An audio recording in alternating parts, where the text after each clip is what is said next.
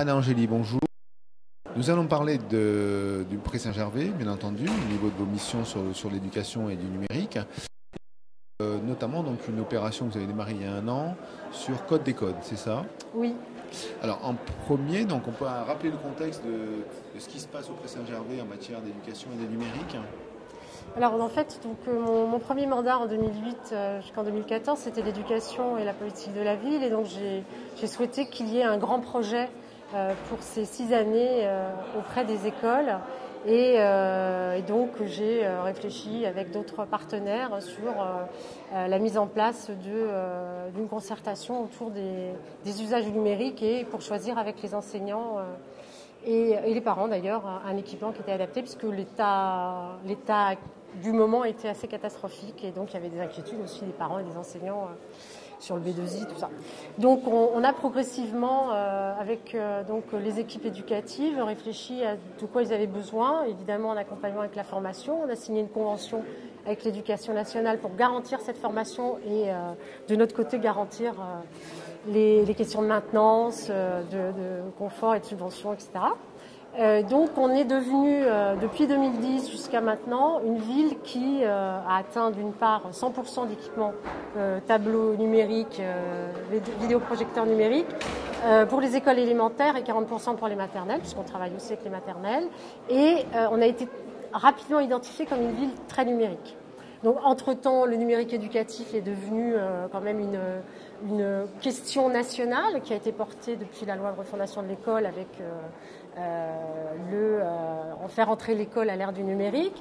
Donc on a été associé à différents projets et l'Académie de Créteil nous a sollicité pour être ville pilote sur un programme d'investissement d'avenir porté par l'entreprise Tralalaire et l'association Bibliothèques sans frontières sur le développement du code informatique, parce que souvent on me dit le code de la route, donc non. Donc c'est auprès de nos animateurs de périscolaire, et ça c'était aussi intéressant puisque on avait quand même tous nos enseignants qui étaient déjà bien dotés et l'idée de pouvoir aussi dans les temps périscolaires avec la réforme aussi l'idée d'avoir tous les temps éducatifs qui s'harmonisent, etc., d'avoir une formation donc pour 2 applications qu'ont développées Tralalaire, Gamecode et Gleamcode.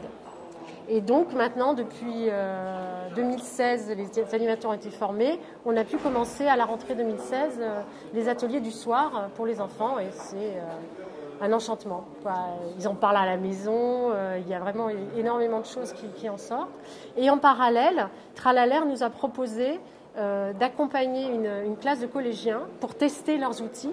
Donc avec l'idée de faire évoluer aussi les outils qu'ils fabriquent dans le cadre du programme d'investissement d'avenir. Et donc une classe de 4e l'année dernière a pu bénéficier donc vraiment d'observation, d'encadrement de la part des équipes de Tralalaire, qui ont été très bénéfiques pour faire avancer le projet de classe avec une enseignante de technologie. Et ça s'est tellement bien passé que, bon, d'une part, ils ont été invités par la ministre pour présenter lors de la dernière Code Week, aussi au Salon Éducatech, et Tralalaire a renouvelé cet accompagnement pour cette année, donc avec une 2e classe de 4e, toujours avec la même enseignante, et qui sont aujourd'hui en train de présenter leurs travaux au Salon EduSpot. Okay. Est-ce qu'il y a des liaisons entre l'école et le périscolaire dans la première expérience avec le périscolaire et les animateurs? Est-ce qu'il y a des liaisons entre les enseignants qui utilisent le numérique et ce que font les animateurs dans le périscolaire ou pas du tout? Alors, donc, en tant qu'élu du projet éducatif et du numérique, ça fait partie des questions transversales qu'il faut absolument améliorer parce que, en fait, on est encore dans des cloisonnements qui sont d'un autre âge, je dirais, parce que, en fait, il faut vraiment qu'il y ait cet échange de compétences. Quand il y a des compétences quelque part, autant les partager, quel que soit le statut éducatif des uns et des autres. Donc, en fait, pour le coup, ce qui nous intéressait aussi avec la démarche de Code des codes, c'était que nos animateurs vont pouvoir, avec ces nouvelles compétences, proposer dans un temps qui va être un premier temps de présentation, de démonstration aux enseignants volontaires, mais de pouvoir constater avec les enfants le soir. Donc c'est prévu.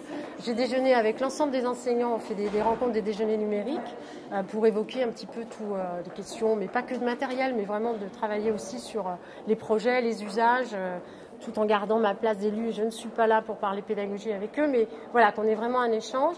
Et ils étaient certains très intéressés par cet aspect-là.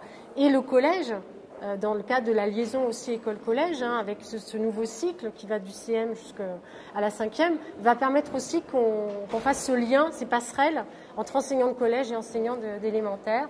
Et après, on laisse les gens faire, quoi. Pour vous, c'est bien vécu, c'est assez fluide ou... Oui, enfin, c'est aussi facilité par la proximité qu'il y a dans notre ville parce que c'est un petit territoire, mais ça doit pouvoir se faire partout. En tout cas, ce sont les objectifs des projets éducatifs. Comme je vous dis, l'éducation partagée, le partage des compétences, une culture commune. Donc le numérique est un vrai outil pour favoriser ça.